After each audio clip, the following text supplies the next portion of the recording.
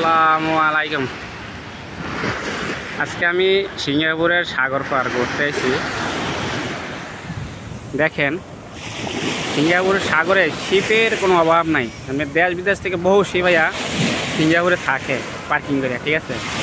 কারণ সিঙ্গাপুরের ব্যবসা হলো যে এইটা হলো 1 নম্বর ব্যবসা। এই যে দেখেন, যত শিপ পার্কিং করছে সব শিপ থেকে টাকা দিয়ে পার্কিং করা লাগে।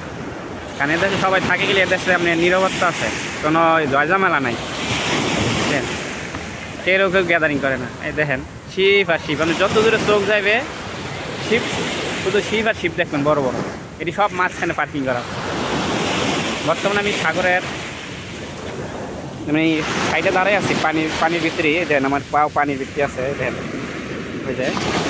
এই যে দেখেন বালু, বুঝছে, এই যে ডেবর্সি আছে, আপনি বালুর কোনো অভাব নেই। এই যে দেখেন, ঠিক আছে, আপনার চোখ আছেন, আপনার যত দূরে যাবে সব শিপ। এই দেখেন, আপনার চোখ যত দূরে যাবে তত দূরে শিপ দেখতে পাবেন।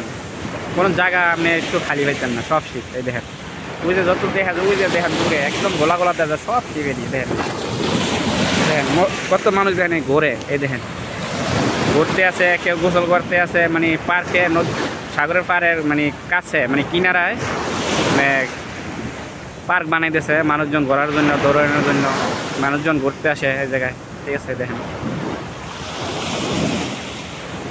এই দেখেন স্কুলের পোলা বানাইছে, এই যে খেলতে বললে এই জায়গায় ঘুরতে আসছে। দেখেন মানে টাকা থাকলাম সিঙ্গাপুরে খাইতে খাইয়ে আপনি সব দিকে ভালো, কিন্তু কেউ আপনারা ডিস্টার্ব করতো না।